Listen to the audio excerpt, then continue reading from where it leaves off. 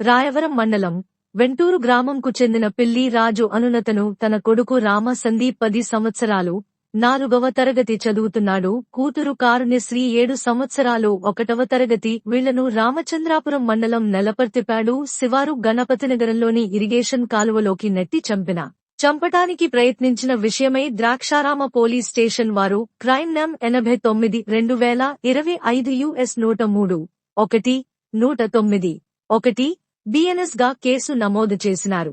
ఈ కేసులో ముద్దాయి అయిన పిల్లి రాజు 17/3/2025 తేదీ మధ్యాహ్నం 1 గంట సమయంలో వారు చదువుతున్న రామచంద్రపురం భాష్యం స్కూల్కు వెళ్లి పిల్లలను మోటార్ సైకిల్సే ఎక్కించుకుని నెలపర్తిపాడు శివారు గణపతినగరం వద్ద ఉన్న నీటిపారుదల కాలువ వద్దకు తీసుకుని వెళ్లి వారిని చంపాలనే ఉద్దేశ్యంతో ఆ కాలువలోకి తోయగా కుమార్తె కారుణ్యశ్రీ చనిపోగా కుమారుడు రామ సందీప్ బయటపడి ఇంటికి తిరిగి వచ్చి జరిగిన సంఘటన గురించి చెప్పినాడు.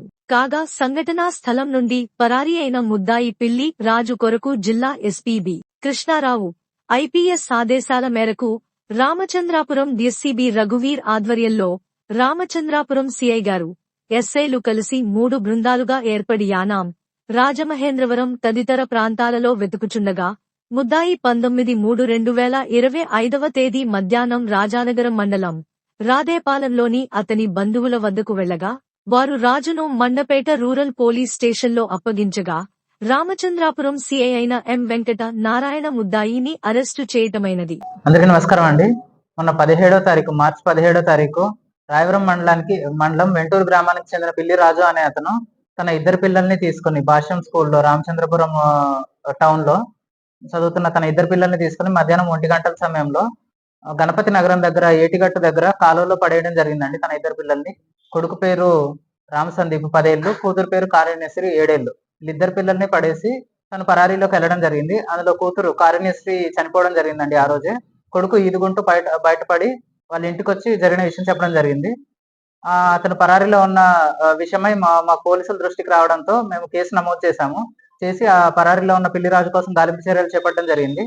అయితే అతని బైక్ నిన్న యానంలో దొరకగా యానం కాలువలో పడిపోయాడన్న అనుమానంతో యానం కాలువలో ఇంకా ఇక్కడి నుంచి యానంకి వెళ్లే కాలువలన్నీ ముమ్మరంగా గాలింపు చర్యలు చేపట్టడం జరిగింది జిల్లా ఎస్పీ గారి ఆదేశాలతో. అయితే నిన్న 19వ తారీఖు పిల్లిరాజు అనే అతను యానంకి వెళ్లి అటు నుంచి చుట్టూ తిరిగి రాజానగరం మండలం రాదేపాలెంలో తన బంధువుల ఇంటికి వచ్చి జరిగిన విషయం చెప్పగా వాళ్ళు మన పోలీసులకి సమాచారం ఇవ్వడం జరిగింది. దాంతో అతను మండపేట రూరల్ పోలీస్ స్టేషన్ కి వచ్చి లొంగిపోవడం జరిగిందండి. దాంతో అతను అదుపులోకి తీసుకుని ఈ రోజు రిమాండ్కి పంపడం జరుగుతుంది.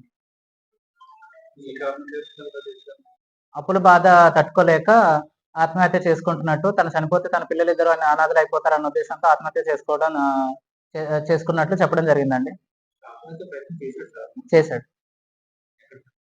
ఇక్కడ పిల్లలిద్దరిని తోసేసి ఆ తర్వాత కాలువలోకి వెళ్ళి యానం దగ్గర బైక్ దొరికింది కాబట్టి యానం దగ్గర ఆత్మహత్య ప్రయత్నం చేస్తే అక్కడ మనసు మార్చుకొని మళ్ళీ అక్కడి నుంచి వెళ్ళిపోవడం జరిగింది. ఈ ఆత్మహత్య సూసైడల్ టెండెన్సీ ఉన్న వాళ్ళు ఎవరైనా మీ చుట్టుపక్కల ఇళ్లలో ఎవరైనా ఉన్నా కానీ మా పోలీసులకు వెంటనే సమాచారం ఇవ్వాల్సిందిగా కోరుతున్నాము. దానివల్ల మేము వాళ్ళని పిలిచి కౌన్సిలింగ్ ఇచ్చి వాళ్ళ మనసు మార్చి ఏదన్నా బెటర్ వేస్ ఉంటే వాళ్ళకి సజెస్ట్ చేయడం జరుగుతుంది.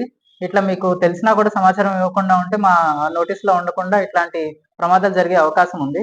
ఈ చిన్న పాప కారుణ్యశ్రీ అనే పాపను కూడా చంపడం జరిగింది కాబట్టి ఇట్లాంటివి మళ్ళీ జరగకుండా చూసుకోవాల్సిన తగిన జాగ్రత్తలు మేము తీసుకుంటాం.